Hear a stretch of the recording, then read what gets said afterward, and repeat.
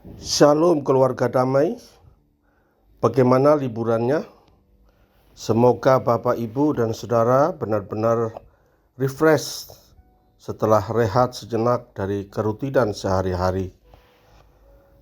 Kembali kita akan membaca dan merenungkan firman Tuhan melalui program Samas pada hari ini. Karena itu, mari kita berdoa memohon pencerahan dari Roh Kudus. Mari kita berdoa. Tuhan, sementara kami akan bersama-sama membaca dan merenungkan firman-Mu, kami memohon pertolongan-Mu agar kami dapat memahami dan mampu melakukannya dalam kehidupan kami sehari-hari. Dalam nama Tuhan Yesus kami berdoa. Amin. Ayat yang menjadi dasar renungan kita pada hari ini diambil dari Injil Yohanes pasal 5 ayat 6-9. Yohanes pasal 5 ayat 6-9. Demikian firman Tuhan. Ketika Yesus melihat orang itu berbaring di situ, dan karena ia tahu bahwa ia telah lama dalam keadaan itu, berkatalah ia kepadanya, "Maukah engkau sembuh?" Jawab orang sakit itu kepadanya, "Tuhan, tidak ada orang yang menurunkan aku ke dalam kolam itu apabila airnya mulai goncang. Dan sementara aku menuju ke kolam itu, orang lain sudah turun mendahului aku." Kata Yesus kepadanya, "Bangunlah, angkatlah tilammu dan berjalanlah."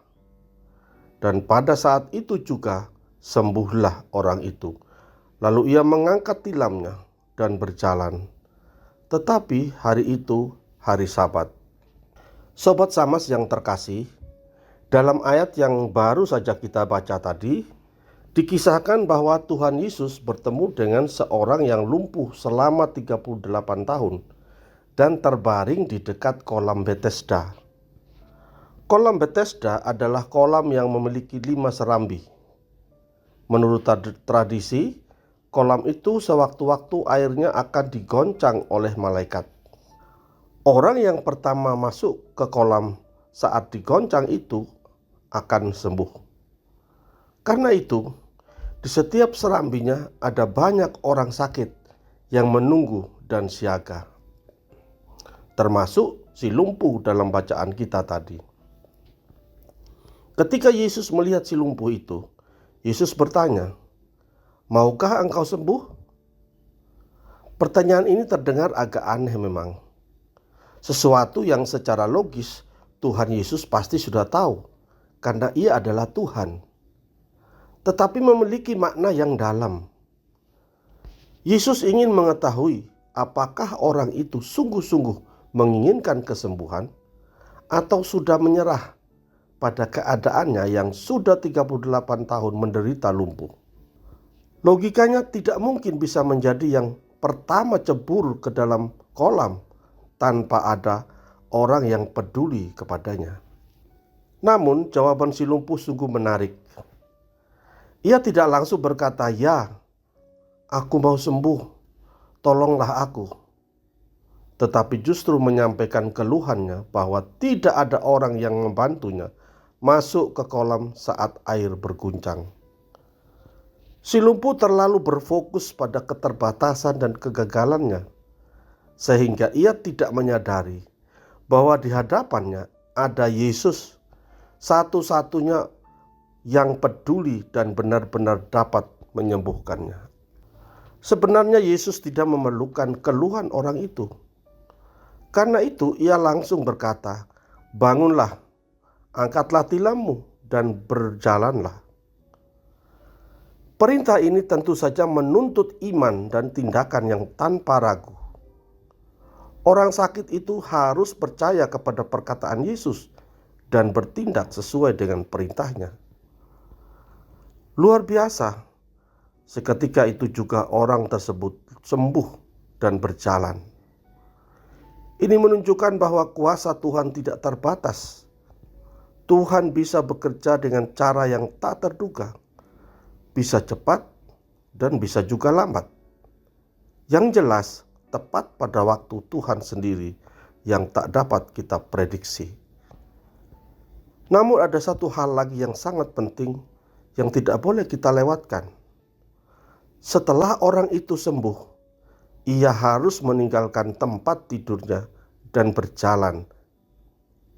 Ia tidak boleh kembali lagi. Ini menunjukkan bahwa ketika Tuhan memulihkan dan mengubah kita, kita tidak bisa kembali pada pola hidup lama kita. Kita dipanggil untuk hidup dalam ketaatan dan berjalan dalam kehendak-Nya.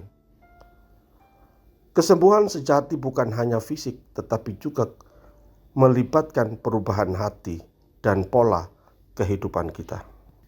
Sobat Samas yang terkasih, melalui kisah ini kita belajar bahwa Yesus adalah sumber pemulihan sejati. Dia tidak hanya memperhatikan kondisi fisik kita, tetapi juga hati dan iman kita. Jangan sampai kita terlalu fokus pada keterbatasan dan kelemahan kita, sehingga kita melewatkan kesempatan untuk mengalami kuasa Tuhan, termasuk untuk melayaninya. Percayalah pada firman-Nya, bertindaklah dengan iman, dan berjalanlah dalam kehidupan yang baru bersama Kristus. Ingat, jangan ragu, berani beriman, dan fokus pada pertolongan Kristus yang sudah kita alami. Amin. Demikian renungan kita pada hari ini. Mari kita berdoa. Tuhan, terima kasih atas tuntunan-Mu dalam perenungan kami hari ini. Ajarlah kami untuk terus mau diubah, dipulihkan, dan berani berjalan dalam iman seturut dengan firman-Mu. Dalam nama Tuhan Yesus kami berdoa dan memohon. Amin.